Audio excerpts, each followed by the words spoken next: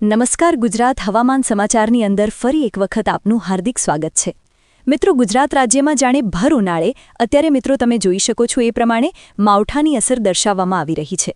માત્ર માવઠું જ નહીં પરંતુ માવઠાની અંદર વરસાદ પણ ખાબક્યો છે ગુજરાતના 6 જિલ્લાઓની અંદર અત્યારે વરસાદના સમાચાર મળી રહ્યા છે જેમાં સૌરાષ્ટ્ર ઝોન અને કચ્છ લાગુના 6 થી 7 જિલ્લાઓની અંદર હજી પણ આગામી 3 કલાક માટે ભારેથી અતિ ભારે વરસાદ પડવાની આગાહી દર્શાવવામાં આવી રહી છે આજના વિડીયોની અંદર તમને જણાવી દેશું કે ગુજરાતના કયા જિલ્લાઓની અંદર આજે છે એ વરસાદ પડ્યો અને હવે પછી આગામી 24 કલાક માટે ભારે વરસાદની શક્યતા દર્શાવવામાં આવી છે જાણીતા હવામાન નિષ્ણાંત અંબાલાલ પટેલ પરેશભાઈ ગોસ્વામીએ જણાવ્યું છે કે ગુજરાત રાજ્ય ઉપર જે માવઠાનો કહેર જે છે વર્તાણું છે એ ઉત્તર ભારતમાં જે વેસ્ટર્ન ડિસ્ટર્બન્સની અસર જોવા મળી હતી એ વેસ્ટર્ન ડિસ્ટર્બન્સના કારણે જ ગુજરાત તરફ વરસાદી માહોલ જોવા મળ્યો છે એટલે કે માવઠાની અસર જોવા મળી છે એમાં હવે મિત્રો મધ્ય ભારતની અંદર લો પ્રેશર સિસ્ટમ સક્રિય થઈ રહી છે અને બીજી તરફ અરબ સાગરની અંદર પણ એક લો પ્રેશર સિસ્ટમ થઈ રહી છે એટલે કે આગામી 4 થી 5 દિવસ માટે એટલે કે ગુજરાત રાજ્યમાં 20 તારીખથી લઈ અને ખાસ કરીને 26 માર્ચ સુધી હવામાનની અંદર મોટો પલટો છે જોવા મળશે આજે વેસ્ટર્ન ડિસ્ટર્બન્સનો ભાગ જોવા મળી રહ્યો છે આ તમામ ભાગની અંદર અત્યારે વરસાદ શરૂ છે તમારા જિલ્લાની અંદર પણ વરસાદ શરૂ હશે નીચે કોમેન્ટ બોક્સમાં ખાસ કરીને જણાવી દેજો અને આજના વિડીયોની અંદર તમને જણાવવાના છીએ કે ગુજરાત રાજ્યમાં 19 માર્ચથી લઈ અને હવે પછીના દિવસો માટે કેવું વાતાવરણ રહેશે સૂકો વાતાવરણ તો જોવા મળી રહ્યું હતું પરંતુ ભર ઉનાળે મિત્રો જે ચોમાસા જેવો માહોલ છે એ થઈ ગયો છે એટલે કે ચોમાસાનું વાતાવરણ છે એ સર્જાણું છે હજી પણ આગામી દિવસોની અંદર વાવાઝોડાને લઈને પણ સક્રિય થયેલી સિસ્ટમો પણ જોવા મળી રહી છે વેસ્ટર્ન ડિસ્ટર્બન્સની અસરના કારણે તમે જોઈ શકો છો તો દક્ષિણ ભારતના પણ પોંડુચેરીથી લઈ અને ચેન્નઈ હૈદરાબાદથી લઈ અને મિત્રો વિજયવાડાથી વિશાખાપટ્ટનમ ભુવનેશ્વર સુધીના વિસ્તારોની અંદર પણ વરસાદી માહોલ છે જોવા મળ્યો છે અને આ જ વરસાદની સિસ્ટમ ગુજરાત તરફ આગળ વધી અને ગુજરાતના કચ્છ લાગુના વિસ્તારથી લઈ તેમાં ગાંધીધામ નલિયા લખપત ખાવડથી લઈ અને રાપર સુધીના વિસ્તારોની અંદર વરસાદ ખાબક્યો છે તો બીજી તરફ સૌરાષ્ટ્રના પશ્ચિમી ઝોન જેમાં જામનગર મોરબી અને કુંડા તેમજ રાજકોટની અંદર પણ ઝાપટા સ્વરૂપે વરસાદ પડ્યો છે અને જામનગરની અંદર પણ સારો વરસાદ છે જોવા મળ્યો છે ખેડૂતો માટે ચિંતાજનક સમાચાર સામે આવ્યા છે કારણ કે મિત્રો હવે ખેડૂતોને પણ સાવચેત રહેવાની શક્યતા છે દર્શાવવામાં આવી રહી છે કારણ કે ગુજરાત રાજ્યની અંદર આગામી 3 દિવસ માટે ભારે વરસાદ પડવાની શક્યતા દર્શાવવામાં આવી રહી છે આ માવઠાના વરસાદના કારણે મિત્રો નુકસાન તો ખેડૂતોને થાય છે પરંતુ એની સામે નવી આગાહી સામે આવી છે એ પ્રમાણે તમને આગાહી જણાવી દેશું કે ગુજરાત રાજ્યની અંદર હજી પણ કેટલા દિવસ સુધી વાતાવરણનો જે મોટો ઘેરાવો છે એ જોવા મળી રહ્યો છે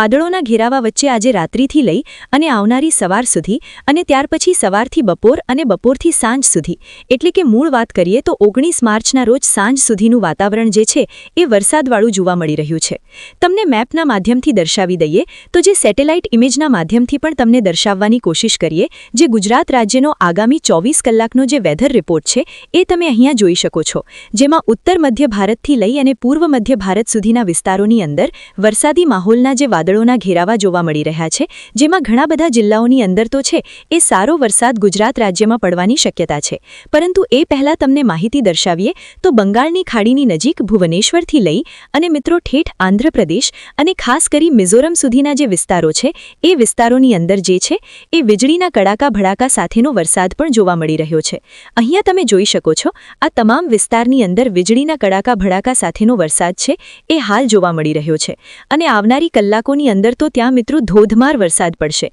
5 ઇંચ સુધીનો વરસાદ પડશે તેવી શક્યતા દર્શાવવામાં આવી રહી છે પરંતુ ગુજરાત રાજ્યની શું માહિતી છે ગુજરાતના કયા જિલ્લાઓની અંદર વરસાદી માહોલ તે તમને માહિતી જણાવી દઈએ તો મિત્રો તમારા સ્ક્રીન ઉપર જે મેપ દર્શાવવામાં આવી રહ્યો છે ગુજરાત રાજ્યનો નકશો છે તેમાં તમને ખાસ કરીને જણાવીએ તો જે દ્વારકા જામનગર મોરબી કચ્છ અને પાટણથી બનાસકાંઠા વાત કરીએ તો મિત્રો હવામાન કેન્દ્ર અમદાવાદ ભારત મોસમ વિજ્ઞાન વિભાગ દ્વારા પૂર્વાનુમાન લગાવવામાં આવી રહ્યું હતું અને કહ્યું હતું કે 18 માર્ચથી લઈ અને 28 માર્ચ સુધી ગુજરાતનું હવામાન છે એ બદલાશે તે જ પ્રમાણે ગઈકાલે જે છે એ વાતાવરણનો પલટો શરૂ થયો અને આજે પણ એ જ પ્રકારનું વાતાવરણ જોવા મળી રહ્યું અને હવે પછીના 3 દિવસ એટલે કે 21 માર્ચ સુધી છે એ ગુજરાત રાજ્યની અંદર વરસાદી માહોલ જોવા મળશે ઘણા બધા જિલ્લાઓની અંદર વરસાદની શક્યતા છે એ ઝાપટા સ્વરૂપની છે, તો અમુક જિલ્લાઓની અંદર તો કરા સાથેનો વરસાદ પડશે, તો કોઈક જિલ્લાઓની અંદર તો મિત્રો 2 ઇંચ સુધીના પણ વરસાદ પડવાની શક્યતા અત્યારે દર્શાવવામાં આવી રહી છે.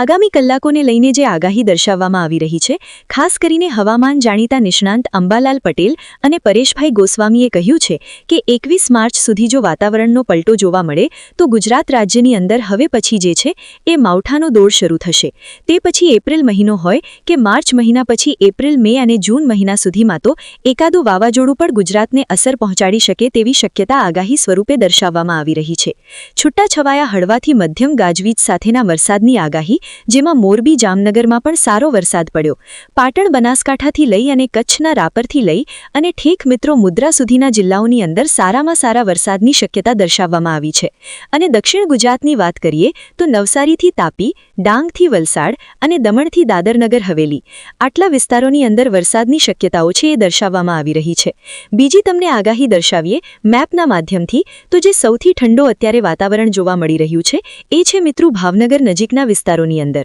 ગરમીનું પ્રમાણ શરૂ થવું જોઈએ, પરંતુ તેની વચ્ચે જે વેસ્ટર્ન ડિસ્ટર્બન્સની અસર દર્શાવવામાં આવી હતી, આ વેસ્ટર્ન ડિસ્ટર્બન્સના કારણે ગરમીને પ્રમાણમાં ઘટતું જોવા મળી રહ્યું છે. અને હવે ઠંડીનું પ્રમાણ છે ફરી વખત શક્યતા સ્વરૂપે આગળ વધેલી જે વાતાવરણની અસર છે તેના ભાગરૂપે જોવા મળી રહ્યું છે. અહીંયા તમે જોઈ શકો છો કાળા રંગમાં દર્શાવેલા અંક 24 કલાકમાં નોંધાયેલા લઘુત્તમ તાપમાન એટલે કે ઓછામાં ઓછું તાપમાન, જેમાં લાલ રંગમાં દર્શાવેલા આંક છે એ મિત્રો સામાન્ય તાપમાનના તફાવતને દર્શાવે છે. એટલે કે ગુજરાત રાજ્યની અંદર જે દક્ષિણ ગુજરાતના જિલ્લાઓની અંદર છે એ વાતાવરણ ઠંડુ વધારે પડતું જોવા મળ્યું છે. તેમજ સૌરાષ્ટ્ર ઝોનની અંદર ભાવનગરથી લઈ અને દ્વારકા સુધી જે દરિયાકાંઠાનો વિસ્તાર છે એ પટ્ટાની અંદર પણ ઠંડુ વાતાવરણ વધારે પડતું જોવા મળી રહ્યું છે. જેમાં લઘુત્તમ તાપમાન મિત્રો ભાવનગર શહેરના મહુવા તાલુકાની અંદર જે છે 18 તારીખના રોજ જે રિપોર્ટ મળ્યા હતા એ પ્રમાણે 18 તારીખના રોજ જે છે એ મહુવા તાલુકાની અંદર ઠંડુ વાતાવરણ જોવા મળ્યું હતું. એ જ પ્રકારે અત્યારે મહુવા નજીકના અમરેલી છે,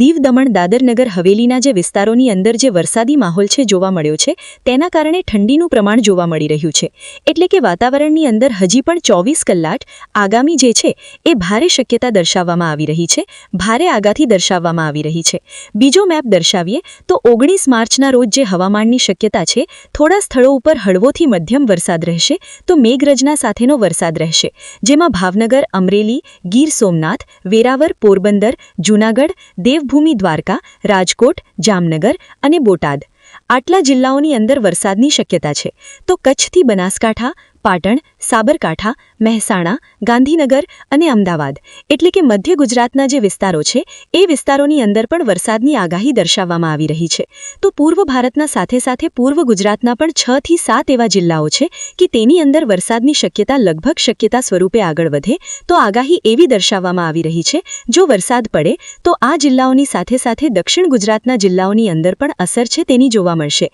તે જ પ્રકારે મિત્રો 20 માર્ચના રોજ જોઈએ તો 20 માર્ચના રોજ હવામાન છે એની અંદર પલટો આવશે. કચ્છથી બનાસકાંઠા, સાબરકાંઠા, અરવલ્લી, મહીસાગર અને દાહોદ જે ઉત્તર ગુજરાતના 4 થી 5 જિલ્લાઓ છે તે અને કચ્છ લાગુના તમામ ઝોનની અંદર કચ્છ ઝોનની અંદર છે એ વરસાદી શક્યતા દર્શાવવામાં આવી રહી છે, જેમાં છૂટાછવાયા હળવોથી મધ્યમ ગાજવીજ સાથેનો વરસાદ પડી શકે છે. પરંતુ અત્યારે જે વરસાદની શક્યતા દર્શાવવામાં આવી રહી છે આગાહી ભાગરૂપે તે મિત્રો માત્ર ને માત્ર કરા સાથેના વરસાદ પર. અને સારા સમાચાર એ છે કે 20 માર્ચ સુધીમાં જે દક્ષિણ ગુજરાતનો ભાગ છે, સૌરાષ્ટ્ર ઝોન છે, મધ્ય ગુજરાત છે, એ તમામ જિલ્લાઓની અંદરથી વરસાદની આગાહી છે ઓછી થઈ જશે. પરંતુ ઠંડીનું પ્રમાણ તો રહેશે, કારણ કે મિત્રો ગરમીના પ્રમાણમાં પણ જે ઘટાડો થયો છે એ આ માવઠાના અસરના કારણે થઈ છે. અને માવઠાની અસર મિત્રો વેસ્ટર્ન ડિસ્ટર્બન્સના કારણે જોવા મળી રહી છે. તો આ વેસ્ટર્ન ડિસ્ટર્બન્સ હવે પછી લો પ્રેશર સિસ્ટમમાં નહીં પડે, પરંતુ ભારત દેશની અંદર જે વરસાદી માહોલ જોવા મળી રહ્યો છે, દક્ષિણ ભારતથી સૌરાષ્ટ્ર સુધીના, મધ્ય ભારતથી લઈ